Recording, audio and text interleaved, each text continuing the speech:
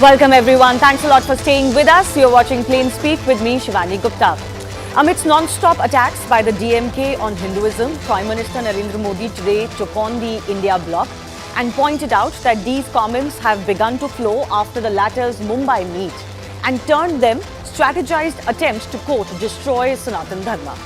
Prime Minister made these comments in Chhattisgarh as well as in Madhya Pradesh, where he is campaigning for the upcoming assembly polls, and urged all Sanatanis to answer with their votes. Now, this comes after a sitting DMK minister in Tamil Nadu said on record that the opposition parties have come together in this alliance to fight Sanatan Dharma. That compounded the problems that were already hovering over this alliance bloc because of comments made by Udayanidhi Stalin and A. Raja.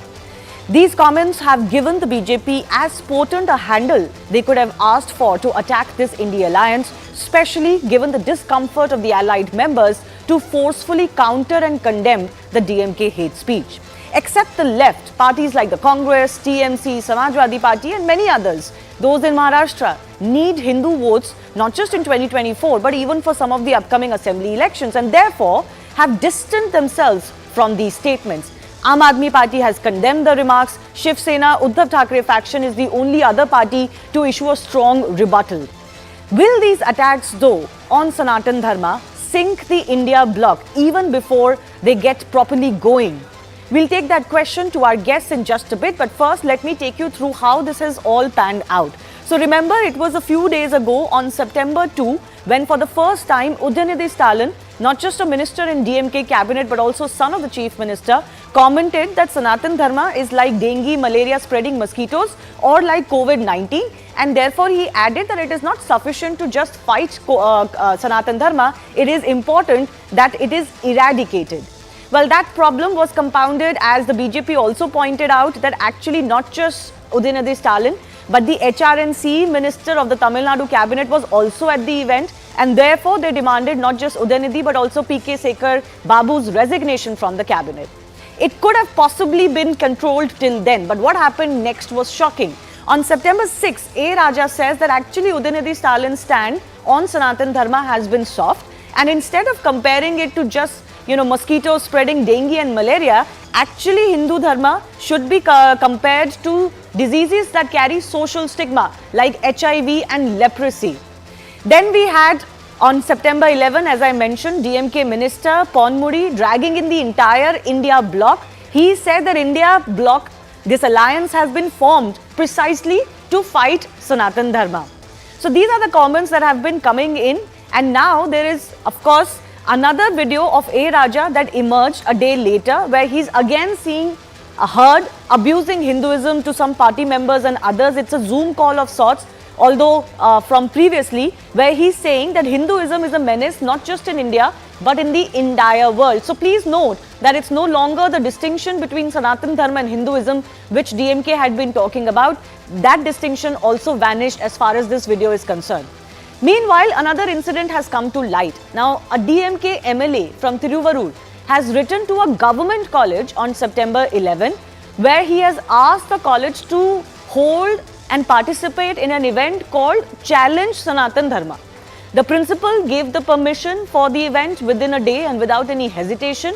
The principal even issued a circular where the students were encouraged to take part in this event, and we are told this event is to be conducted on September 15. Take a look at the letter that has been written by DMK MLA K. Pundi Kalaivanan. He goes on to say that conduct this event, which is going to be termed Challenge Sanatan Dharma. He goes on to say that feminism has been belittled by Sanatanwadis who infiltrated our country.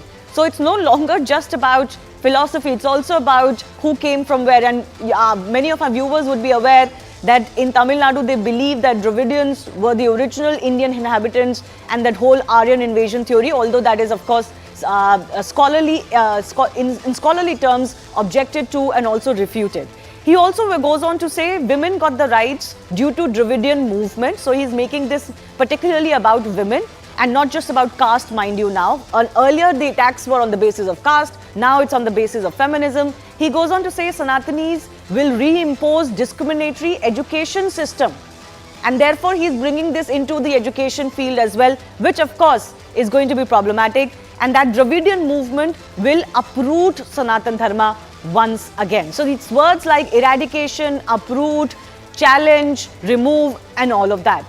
Now I want to also focus on what the rest of the India Bloc parties are doing. Now they may have distanced themselves by making some statements here and there, but their responsibility doesn't really end there, especially if you look at their own track record and how they have objected to any such statement against a certain philosophy or religion when it comes to other cases.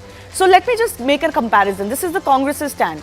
Remember, there was the Dharma Sansad case where there was some objectionable speech made by certain Hindu clerics. On that, Karti Chidambaram of the Congress party had said, "For Hindutva Nazis planning a Holocaust?" ? He accepts these are for Hindutva, but still drags in Hindutva and calls them Nazis. Here, as far as this debate on Sanatan slander is concerned, Pawan Khera is one example I'm taking from the very Congress leaders. They have just said, we believe in every religion and every faith. So that's a very vanilla statement to make versus that kind of a statement where you actually accuse someone of being Nazis. On the Dharma Sansad case, this is the left stand. They said this is an open call for genocide. Is India still a democracy? Even though words like eradication have been used in this case, these parties, they know this is not a genocidal call. On this case, they are saying, don't think Udayanidhi has said anything wrong. They're saying, why don't you look at just the fact that there is caste system?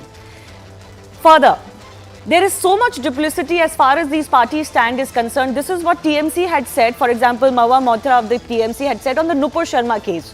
She said that she's a serial hater who's been lauded and propped up by the BJP. Serial hater, mind you. On Sanatan Dharma slander, Mamata Banerjee just came out and said that no one should disrespect other religions. Again, it's a very plain statement to make, not the kind of high-pitched statement and condemnation that usually comes from these parties. Let me also bring in another example. This is what the Samajwadi Party said when it came to the Nupur Sharma case. Suspension is just cosmetic. Take legal actions against Nupur Sharma. On this debate today, they say that see if the remarks have been made in any specific context. So here you see context, but when it came to Nupur Sharma, there was no context seen, even though she was goaded and was being attacked on her religion by another member as on the panel as well. So the big debate that's coming up is this. Given that all of this has transpired, could these attacks on Sanatan Dharma, even though it's coming from one member of the alliance, actually end up sinking the entire bloc?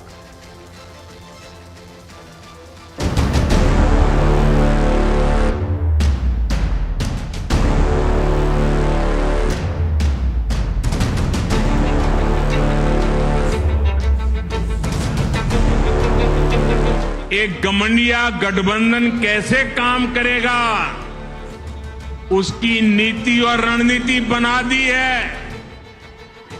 उन्होंने अपना एक hidden agenda भी तय कर लिया है, भारत की संस्कृति पर हमला करने की। देश के कोने कोने में हर सनातनी को सतर्क रहने की जरूरत है। Sanatana did not unite India. Everybody here, wow, Sanatana only divided Indians, Hindus.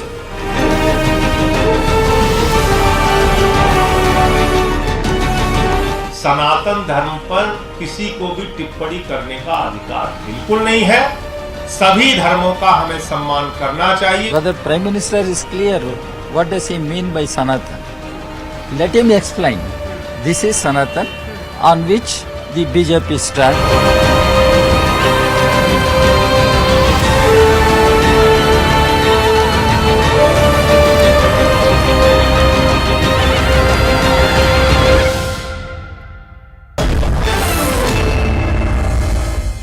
Going across to our guest joining us, Charu Pragya from the BJP, Arshpreet Kadyal from the Congress Party, Professor Chandan Gowda is Professor ISEC and PKD Nambiar is political analyst, all joining us.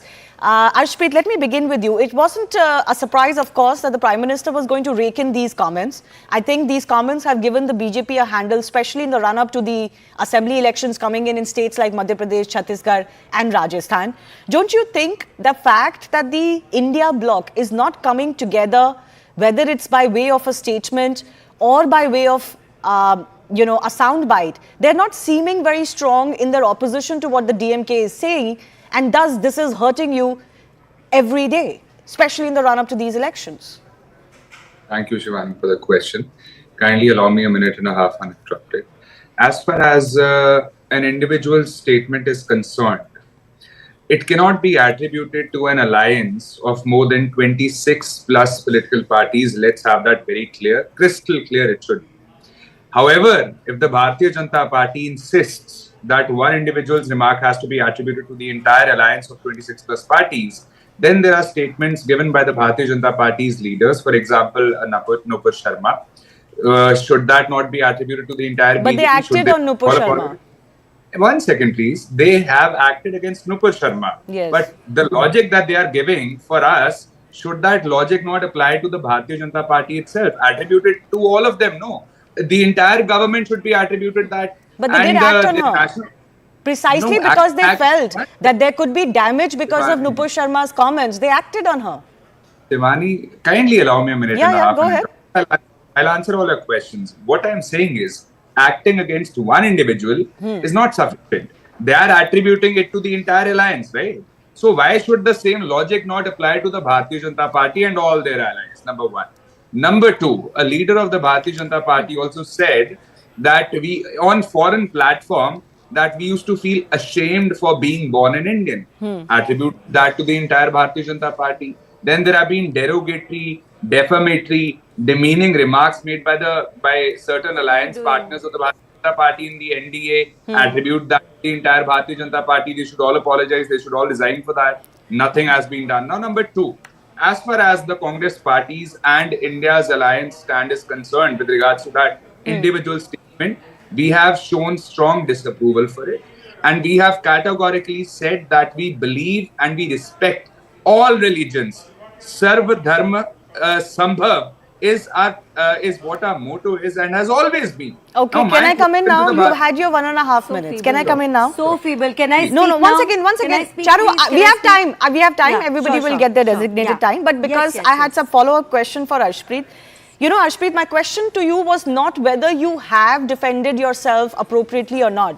My question to you was that because you're not seemingly taking a joint stand against the statements that are coming in from one of your alliance partners, I'm not saying you're all responsible for it, but because you're not seemingly taking a joint stand against those statements and seemingly distancing yourself, and I just pointed out in the past your leaders have made, wholly exaggerated comments, if I can call them that. But I'm not saying you exaggerate the matter, but at least the question I'm asking you is that politics is also about perception.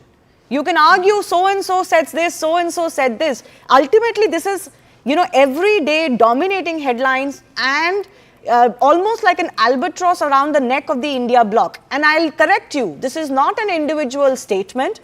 First, it was Udinadi Stalin, then it was A. Raja, then it was another DMK minister, Mr. Ponmudi, and there are more such statements. I just played out a bite of Mr. TKS Ilangovan, who's also gone on to say that Sanatan divides the country and doesn't unite Hindus. So it's not one individual. Your alliance partner is repeatedly making these statements. Why is the India alliance so reluctant to come together to condemn it? Thank you. Now, I expect I'll be given 30 seconds uninterrupted to answer your question. After that, you can have more questions. I have no problem with it. Number one, let me make it very clear that the disapproval that has been shown is from the alliance, not one individual party with regards to that comment. So that is that. However, you 1 second, please, 1 second. You said that it is not the only statement made by only one individual of the DMK. I have also just started with the statements. There are statements of the BJP leaders, like calling our leaders Diane, calling our leaders Saddam, calling our leaders raincoat पहन के नहाना कैसे बड़े अच्छे से आता है. So but that's not a defense of what's happening right now. 1 second. I'm not defending it. I've already told you that Arshpreet, first of all, you are not making factually correct statements. You are saying the alliance has condemned these statements. That's not true. The alliance met yesterday in Delhi. There is no statement on this.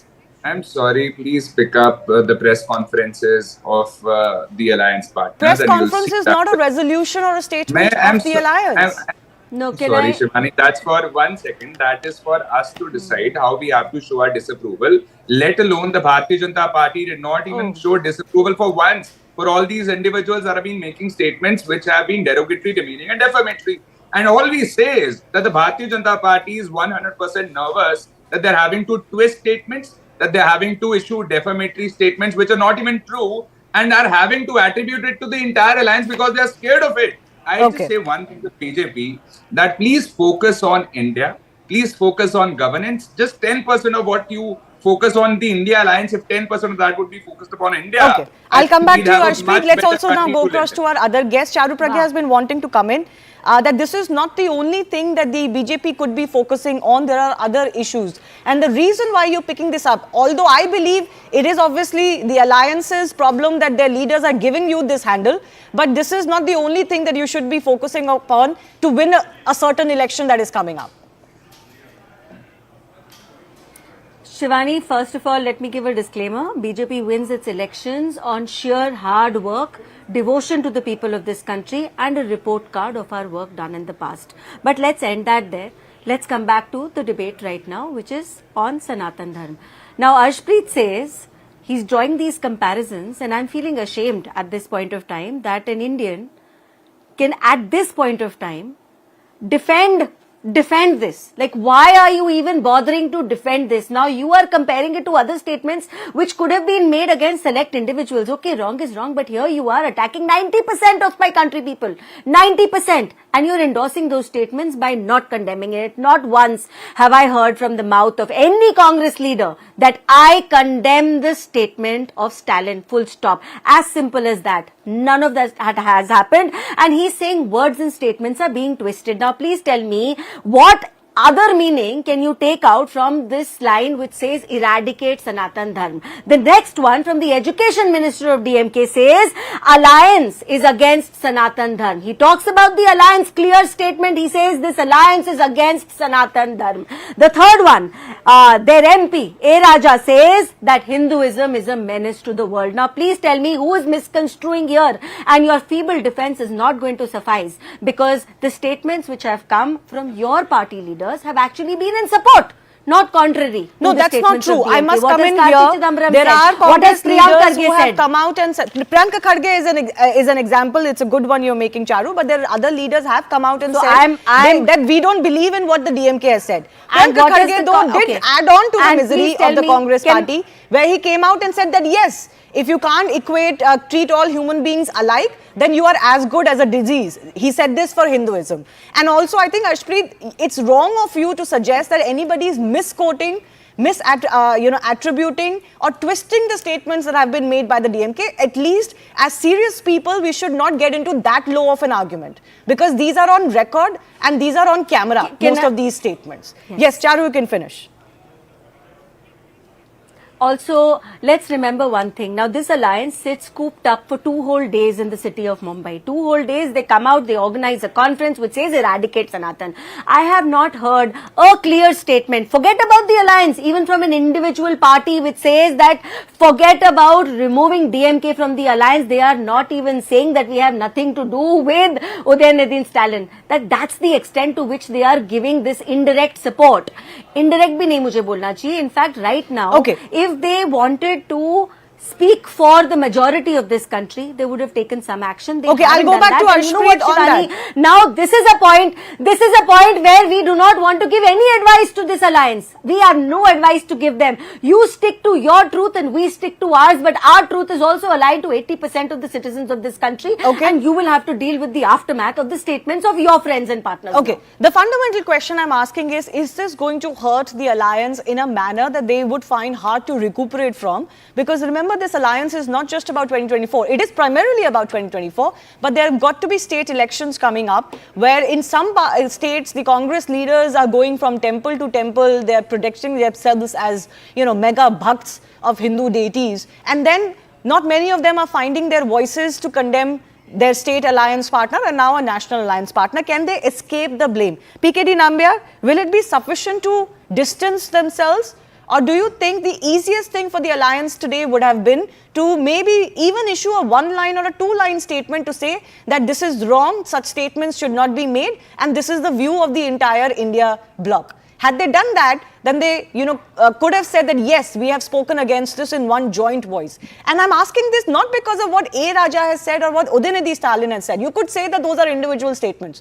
There's a sitting minister who's actually dragged in the India Alliance, saying the India Alliance was formed precisely for this reason, to fight Sanatan Dharma, and yet there is no statement to refute that. Yesterday, I was expecting, Shivani, that when these people have met for their 12-party meet at Sharad Pawar's house, I was expecting that they will come up and at least condemn this whole thing, what had transpired in the last 10 days or so, from Udayanidhi Stalin to Raja to all those people. But one thing you need to understand, this has been the fashion for DMK and some of these Dravidian parties, not from today, for so long. It is not something new. The only thing is that maybe thanks to the social media and also some of the journalists like you who are ready to now take this up. Just imagine for a minute, even the Ashpreet or for that matter any other India Alliance people would have been, what could have been their behavior if it was about some other religion? No, that's exactly the hypocrisy and duplicity that I'm highlighting. And mind you, I am aware that the DMK is known for these statements and that has been their state politics. I'm not really discussing that. Today, DMK is not just the Congress's state alliance partner, that they can escape the burden of what the DMK says and the aftermath of it outside of Tamil Nadu. Today, DMK is their national alliance partner. Absolutely, this is a national alliance partner, and one of the minister, as you said, explained very well that he is saying this bloc is already created only for this to eradicate Sanatan. My question to you, Ashpreet, is that does he agree with this particular statement? At his personal capacity, is he ready to condemn this right away on this channel in front of Shivani? Or is he also agreeing to the fact that Sanatan Dharma needs to be eradicated from this world?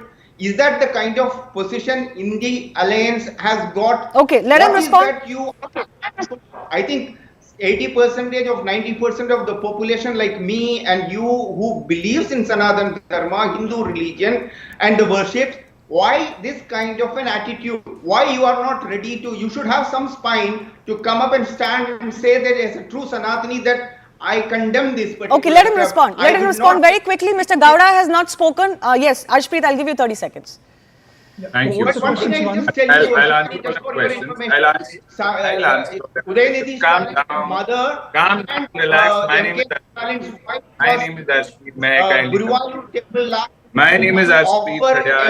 I be allowed? Okay, one by one. Ashpreet, I'll give you 30 seconds. Just hold on. I think Mr. PKD Namyar is just finishing his point. Allow me 15 seconds. Let him finish his point. I'm coming back to you. Yes, PKD, please, very quickly. So last month, I think in August 19th or so, MK Stalin's wife or Udayanidhi Stalin's mother had gone to Guruvayur temple in Kerala, prayed, offered a crown for the god deity. So at his own house there is a Sanatani. Let him eradicate the Sanatani there at his house. I really don't like dragging Mr. Stalin's wife or Udayanidhi Stalin's mother into this, because I think she's a separate individual. She will. I don't think it's good to drag her. She's not in public life. We should talk only about the public persons, but I take your point about how their statements are not even true from where they come from. But let's leave that aside. Let's not drag someone who's not in the public life. Yes, Ashpreet, very quickly, 30 seconds. Thank you. Please allow me 60 seconds if possible. I'll answer all the questions. Number one, Shivani, here's a statement on a media report which says BJP leaders call protesting farmers terrorists. Now, when did the Bharatiya Janata Party condemn this leader, sack this leader, attribute it to themselves? No, Ashpreet, I'm sorry I'm interrupting you. I'm not asking you that question. I'm not asking you the question of what they did and what action you're taking. The question I'm asking you, don't you think that not coming out in a joint voice as an alliance against these statements is hurting your political prospects? The BJP got condemned for whatever statements they made against farmers. They paid a price for it.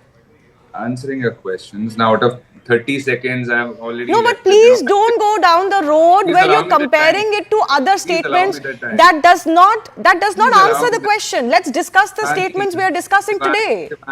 Shivani, I never said a full stop after it. Yes. I was going to answer all your questions if you would kindly allow me the time. All I'm saying is that I have shown you one statement. There are a gazillion statements. I won't go into that. But the gentleman asking me what is my stand is very simple, and that is of my party. That is of the chairperson of our media department as well, Mr. Pawan Kheda, who has unequivocally condemned it and has shown strong disapproval No, for that's it. not the case. And has said that we No. respect all the religions, No, number no. one. But number two is that the Bharatiya Janata Party is doing what it does best. It is trying to deflect and divert attention of the people from Why do their you give them the opportunity? 1 minute. Shivani, No. allow me. 1 minute. Allow me. Shivani, can All I I'm please saying respond to One that? second, All Mr. I'm Gowda saying- has not spoken. One second, I'll come back to Please both allow of you. me to respond. I'll come back to both of you. Mr. Gowda has not spoken. 10 seconds. No, I'm sorry. It's a very frail argument that the BJP is deflecting. The BJP will use this, of course. But why are you giving them this handle? This is under your control. By you, I mean the alliance partners. Anyways, I want to go across to Mr. Gowda. Mr. Gowda, the problem that is also arising from this kind of a wishy-washy stance that some of the parties are taking. DMK, I'm not saying, because, DMK firmly believes in this. Their leaders have reiterated it. That's what they believe in. They will be judged on that. Although, of course, there are constitutional questions of whether those who have taken an oath of the constitution should be talking about eradicating any one particular religious philosophy in the country. That's a separate argument. But, socially also, there is a duplicity here at hand. For example, if a leader had said, it is time to eradicate Islam because it's a very militant religion, the reactions would have been very different. There are, of course, ills, perversions, and some sort of ailments that come into all religions. But the fact is that politically somehow it's okay to condemn Hinduism alone, while the same people will be shouting from the rooftops if there was even an inch of criticism about anyone else. That's the duplicity which irritates people who are followers of a certain religion. Shivani, the Stalin family is a backward caste family, and A. Raja is a Dalit. So they are actually speaking as themselves, as part of a Hindu religion, who have a problem with how they've been treated in the religion. And it's not about how privileged they are in class terms, etc. But so this is right. When you belong to a community, you have a freedom to criticize your own community in a way that others from the outside don't. This is a fundamental fact everywhere. Whites can be critical of themselves, right? But it will be unacceptable if they are critical of blacks in the same fashion. But that is a separate matter, Shivani. But coming back to this, the BJP's partner in Tamil Nadu, A.I.N.D.I.A. and DMK, have the same origins. They share the same set of attitudes towards this thing, and which is fine. For me, if the BJP is insisting, if the Congress come clean on their alliance, the India comes clean, they should come clean on where they stand on Ambedkar, on where they stand on their own alliance partners. Anand Ranganathan was as vocal as anybody else on this question. So I'm saying there are expedients, coalitions being stitched up, and the matter of expediency will place some limits on how you can speak of your partners. And this is true for all coalitions. But can I just come in? Mr. Gowda, I take your point, and of course you could argue the AIA-DMK also virtually follows the same Dravidian policy, although I think they do differ in their tone and tenor quite remarkably between DMK and AIA. Okay, fair enough, even if it's recent. But I'll tell you what, AIA-DMK also raises, for example, the Hindi issue, the quote-unquote Hindi imposition issue. They will also oppose, for example, a UCC. The BJP doesn't shy away from saying that, no, this is our stand, even if our partner does not agree with it. My question is political, that the India Alliance members, despite their discomfort with what the DMK is saying, are not voicing it. I don't know why, because actually their silence is hurting them more than what they're going to gain. They're not going to gain anything in Tamil Nadu in any case. And I doubt if they're going to gain politically outside of Tamil Nadu. But the other point you raised about criticism, you're saying those who come from the community can criticize it. I'm not talking about criticism. I think we had this discussion the other day. This isn't criticism. This is as bad as Nazi talk about Jews. And there are direct parallels to be drawn. Criticism, if you talk about criticism of Hinduism and reform, there are all kinds of people from Tamil Nadu and across the country who have taken the cause and who have tried to reform the Hindu community or whatever ills they fought for. And all of those people have been strengthened, their voices have been strengthened. In fact, many of them are saints for the Hindu community today. So criticism and reform is different. Eradication is different. And I ask you again, these are also individuals who some claim don't follow Hinduism anymore. So they're not from the fold anymore. They're now outsiders. Right? And secondly, the question I asked you was this: would a statement like eradicate Islam because it is too militant? It is the reason for too much terrorism around the world. Will it be accepted? There's a grain of truth there too. No, it depends on who says that, right? If the Muslim reformer who says that, it will be handled in a different fashion than a non-Muslim saying that, which will seem more unacceptable. And Shivani, the truth of the matter is in India, can I please come in, Shivani? Let him finish. Let him finish. Let him finish, Charu. I'll come to you. I'll come to you, Charu. Let him finish. Shivani, in minority, the mainstream media, if you're part of it, we have no access to what's happening to conversations in minority communities. We don't know who is being critical of whom, how, which is why we're so able to say there is nothing of that kind of happening. But I can tell you that there's enormous churning within those communities. They're also sick and tired of fundamentalist forces. There's a movement to having a more reformist-minded, liberal-minded, I'm not discounting that. I'm aware of that. But I'm saying people in constitutional positions, it doesn't matter which faith they belong to, they cannot be speaking like this. You're not an individual alone. You've taken the oath of the Constitution. Yes, but in this case, they're speaking as members of a faith community. It's very clear. They just cannot. They will not feel emboldened to say anything about the other faiths, Shivani. No. Okay, Charu Pragya wants to come in. Yeah, I'll give all of our panelists an opportunity. Charu Pragya wanted to come in. Please respond. 30 seconds, please, Shivani. Yes, I'll come to you, Ashmi. In a very direct statement in your reply, and very directly I'm saying this to you, how does it matter who said it? And because you are talking about who said it, let me remind you, the man who said it, Stalin Jr., first identified as an atheist and then identified as a Christian. So please, this is a non-argument and please do not go there. Call a spade a spade. And Shivani is absolutely right. Shivani is absolutely right when she says that if somebody were to say, let's eradicate Islam, would you be okay with it? How did you treat Nupur Sharma versus how is Stalin Jr. being treated by all of you? And this is hypocrisy at its peak. I cannot believe you are defending statements like this. I cannot believe the Congress party is still defending statements like this. A statement which says that we respect all religions is supposed to be construed as condemnation. Please, who are you trying to fool? We can translate English very well into Hindi. We can translate Hindi very well into English. And this Tamil has been translated into all languages. Do not fool us. Yes. It's diplomatic speech.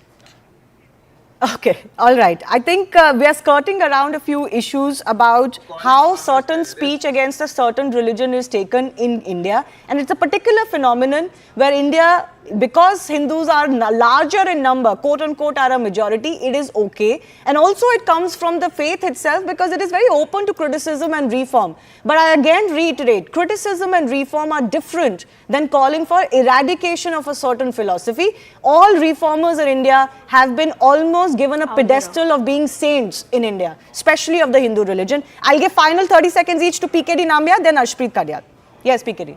Shivani, I wanted to remind the professor, he's a scholar it seems, but then the neighboring state of Tamil Nadu in Kerala just 2 months back, A.N. Shamsir, the sitting speaker of the assembly, he spoke only, Ganesh ji or the Ganapati is a myth. He's a Muslim.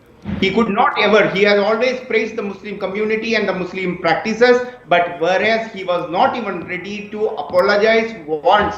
It was a moment, there was so much of hue and cry in the state, but then they did not even act. So the problem is that it is not about that who is speaking what, which position you are sitting. You are not as just a private person.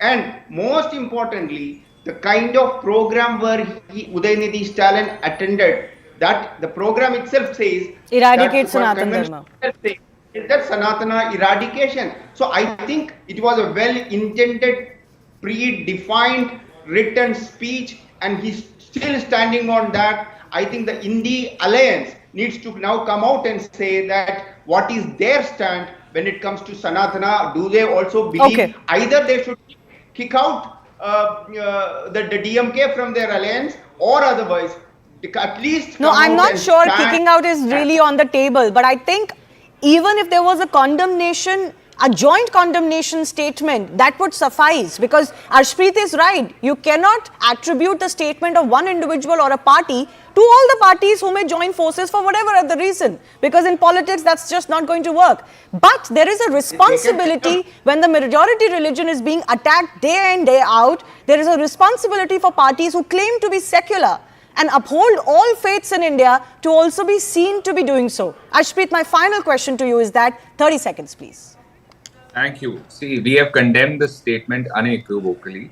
However, I'd like for Charu Pragya to issue a press conference and in this debate condemn her government for not taking an action against the BJP MP who called her farmers terrorists. Number two, the statement of the BJP MP impacted 60% of our population. That's our food bowl. Number two, I'd like the Bharatiya Janata Party to stop using these statements to divert attention from the failures over inflation, unemployment, poverty, education, Medicare, women empowerment, law and order.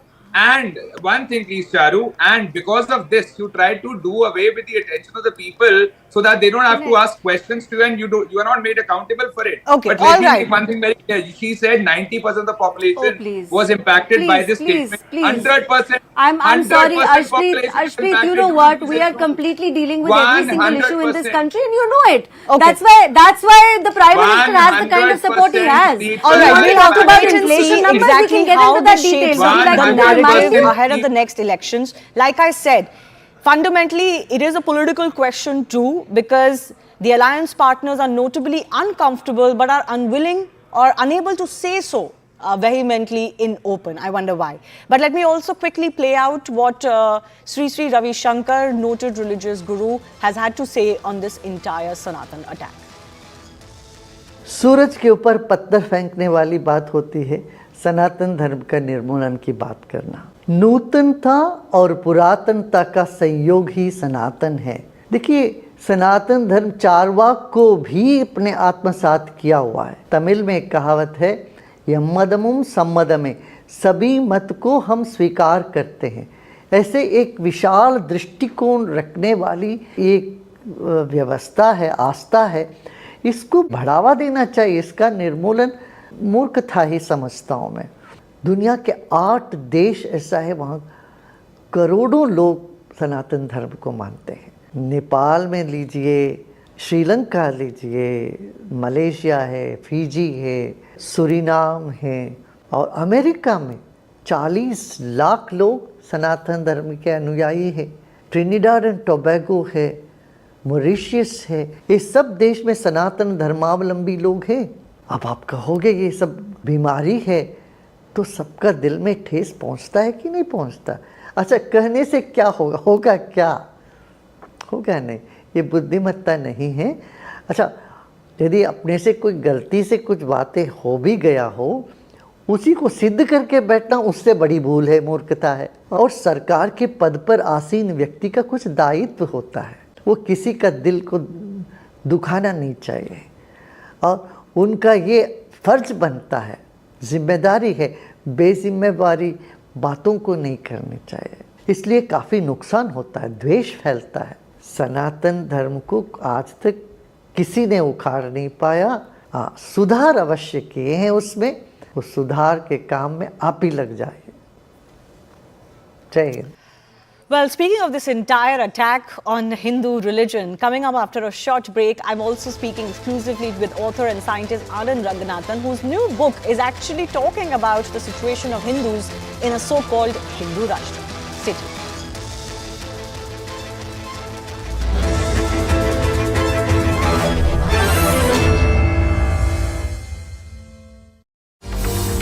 The Supreme Court will look in detail into Tamil Nadu's argument, because our farmers are suffering in the Delta region because the Cauvery cultivation has already started. So I am sure the Supreme Court will give a verdict that is supportive of Tamil Nadu's stand, because that is a natural justice also. Tamil Nadu doesn't want any extra water. Tamil Nadu wants its share of water. Politics still continues as far as a long-standing Cauvery water dispute is concerned. Let's also now bring in our colleague Purnima Murli, who's joining us on the broadcast. Purnima, look at the voices that are coming in as far as Karnataka government is concerned. They're only upping the ante. They're saying we have no more water to share. We're now going to take a look as far as the legal route is concerned. Possibly we'll have a delegation in the national capital as well. What is the response that's coming in from the Tamil Nadu government? Well, the Tamil Nadu government also says that there's a case coming up on the 21st of September. They will, if needed, they will also take the legal route, but also says that they will wait for the Supreme Court case and also tells the farmers that they will try their best and ensure that that the farmers are not impacted in any way at all. That's the word that's coming in from Tamil Nadu government, even as the Karnataka government has upped the ante, but clearly the war of words is only going to escalate between the two states, considering that Tamil Nadu also is now exploring all the legal routes possible and waiting for the case in the Supreme Court. So we'll have to wait and see how that pans out, but the next stage is going to be very crucial. Purnima, unfortunately, we will have to leave that conversation there. Thanks a lot for getting us all those details. Let's now shift our focus to what's happening in Karnataka. The Karnataka government held an all-party meeting yesterday in Bengaluru as far as the Cauvery water issue is concerned. Now, this was an emergency meet that was held after the CWRC had directed the Karnataka government to release 5,000 cusacks of water from Cauvery River for the next 15 days. Chief Minister Sitaramaiah has clearly stated that the state is not in a position to release water to the neighbouring state. The Chief Minister has even sought time from the Prime Minister to take an all-party delegation to the national capital to try and discuss the same issue. It was further unanimously decided that a dispute panel will be approached and a petition will be filed in the Apex Court on the matter. Chief Minister Sitaramaiah has also written a letter to the Union Water Resource Minister seeking his intervention to review the CWRC's decision, while the state will decide on the release of the Cauvery water after discussion with legal experts. There's some reactions coming in from the Deputy Chief Minister, DK Shivkumar as well, who we're understanding will fly to the national capital to try and speak to the Union Minister of Water Resources and try and convey the situation. We have taken a decision in the all-party meeting that will make an application before the Cauvery River Regulatory Committee again, stating that we have no water and explaining the actual position which is prevailing in Karnataka and also prevailing in Tamil Nadu. And also we have decided in the all-party meeting to approach the Supreme Court with a petition against the orders of the, recommendatory orders of the Cauvery Water Regulatory Committee. See, we don't have water actually. We will meet the legal team. In Delhi, sir? In Delhi. To convey the same message? Yes, yes.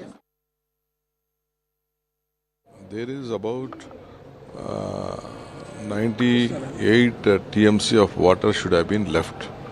We have left only 37 TMC of water because there is no water. See, more than 130 years in this last August and September, such a worse situation had not arisen. That is a very serious drought we have been facing the last 2 months. I will place the fact before the committee. We have already instructed our legal team to just wait for our decision.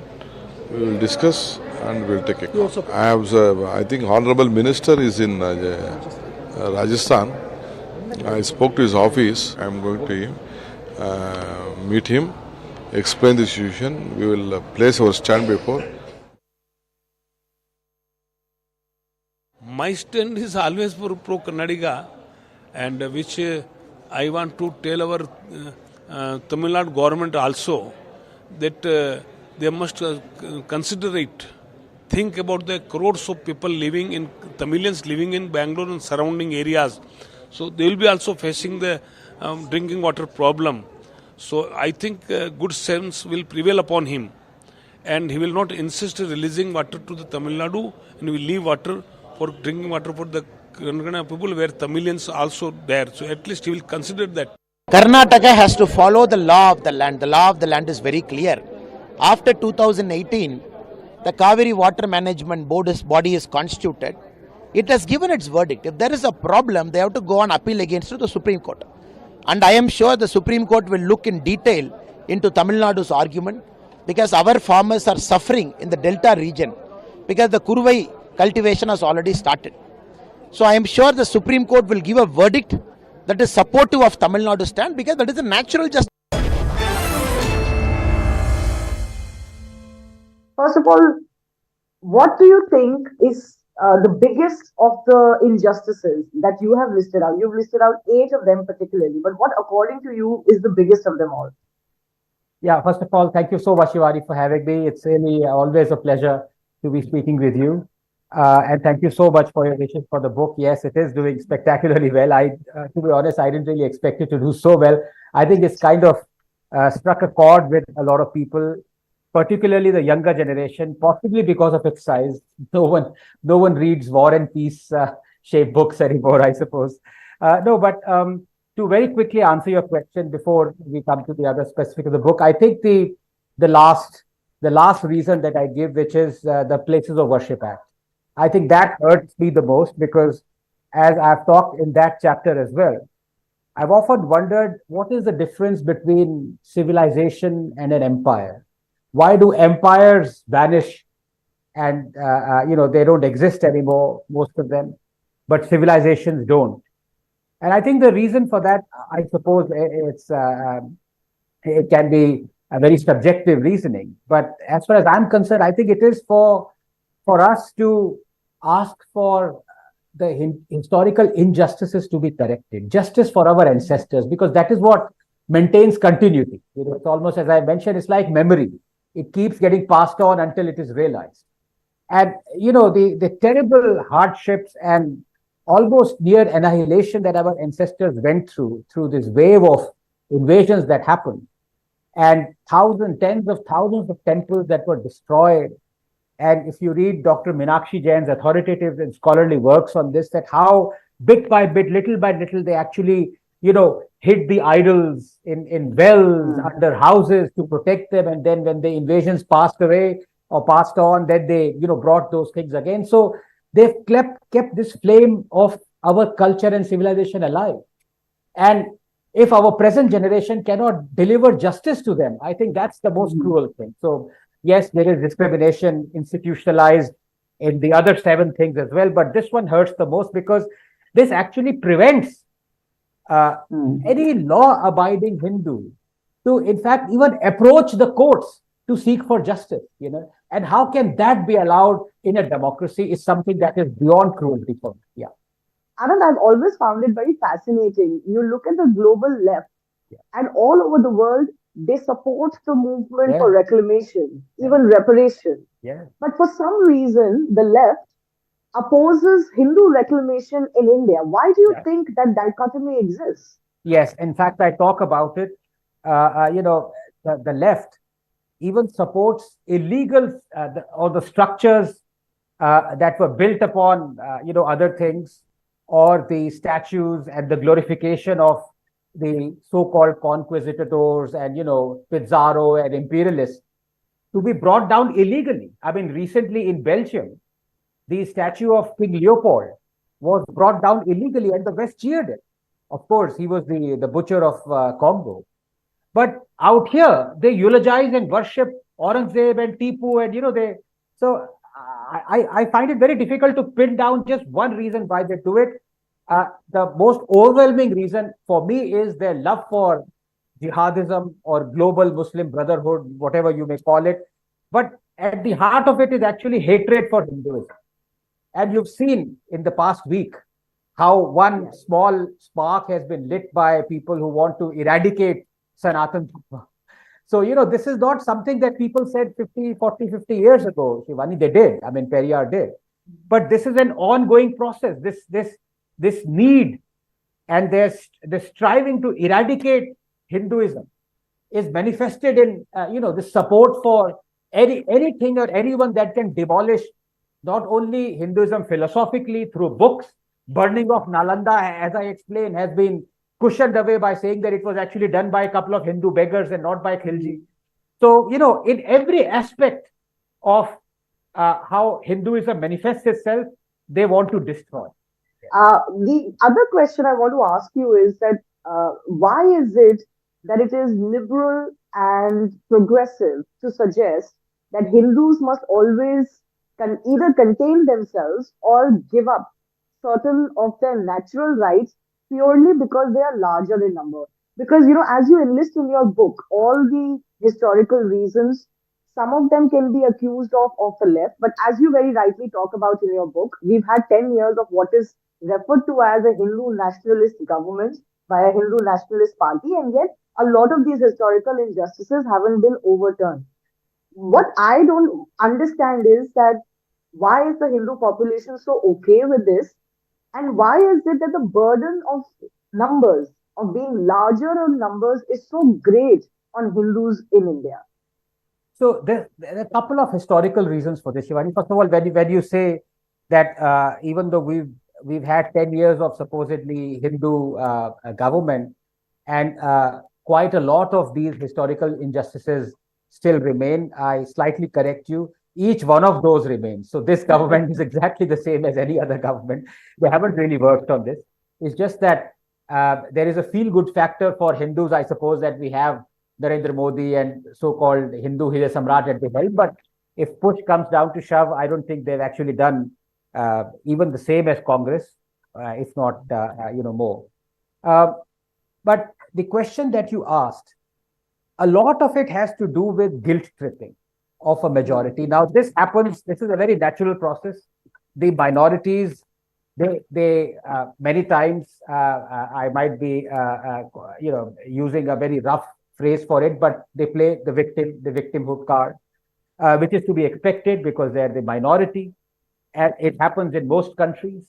In India, it happens, but I think if you go not just to a lot back, but just 70, 80 years back at the birth of the modern republic, and I start by, in fact, it's on the first page. The gauntlet was thrown by none other than Mahatma Gandhi. When he said, in order to quell this kind of Hindu-Muslim acrimony, he said, I wouldn't mind if all the Hindus were to be killed by Muslims. And at the end of the day, if a new dawn would bring this kind of, this kind of new Raj, that would usher in a golden age or something of that sort. So when the father of the nation says something like that, what follows is amazing sense of, guilt tripping is just one word for it. Self-loathing is another.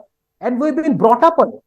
And if you look at traditionally what actually happened, Congress ceded the space of education, writing books, and how to quote unquote brainwash people completely to the left. I mean, Nurul Hasan and all those people. So when all our textbooks that are written that were written for the last 70 years have glorified and wanted the death of Hinduism, have glorified invaders, have glorified Aurangzeb, butchers, what else do you expect? We've been brainwashed to such an extent that it's now almost terminal. And it's almost blasphemous to think that Hindus should be given these rights. I mean, I've got people who come to me and have said that I really wasn't aware as to, some of the reasons that you've told in this, but do we really need to fight for these rights? So there are Hindus who are not even aware that, these rights should belong to every human being, not just Hindus. You use the term self-loathing. I would say it's almost suicidal because in our living history, we have seen the footprint of the Hindu civilization or the Indian civilization shrink in the Indian subcontinent. You don't even have to go as far back as 1,000 years.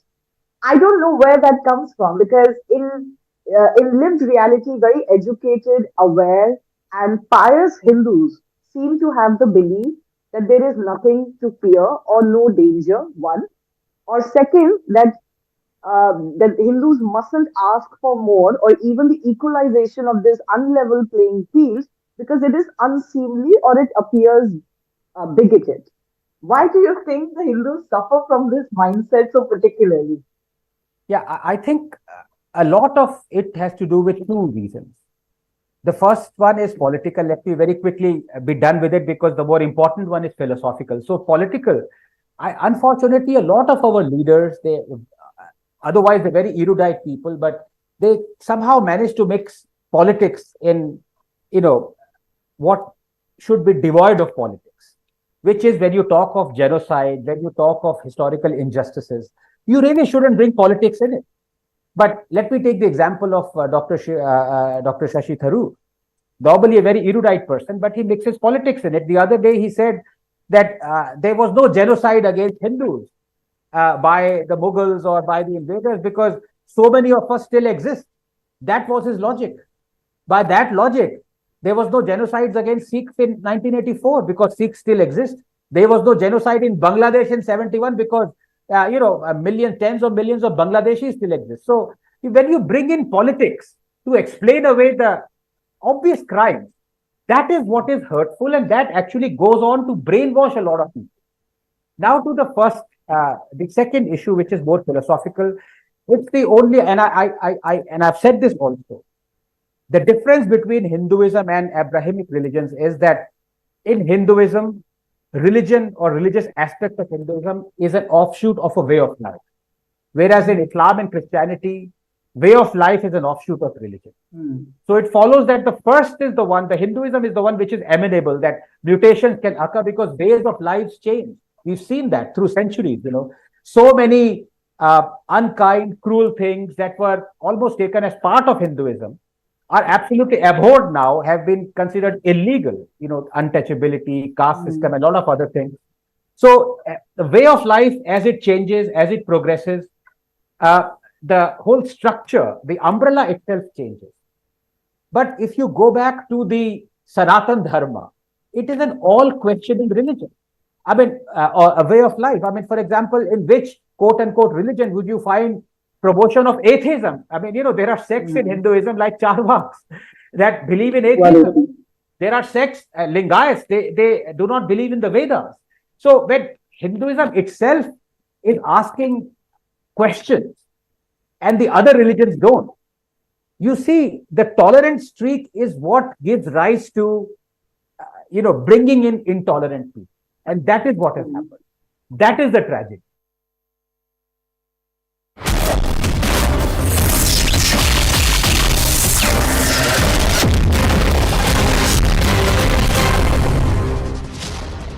Namaste, Jai Hind, and welcome to this edition of The Right Stand. I am Anand Ranganathan. Unnerved by peace and vikas in the valley, a rattled, cash-strapped Pakistan continues to promote terrorism and disturb peace in Jammu and Kashmir. 3 braves, Colonel Manpreet Singh, Major Ashish Dhonchak, and Deputy Superintendent of Jammu and Kashmir Police Humayun Bhatt were killed in action during the encounter with terrorists at the Kokarnag area of Jammu and Kashmir's Anantnag. The anti-terror operations are currently underway as the security forces have not only managed to corner them in the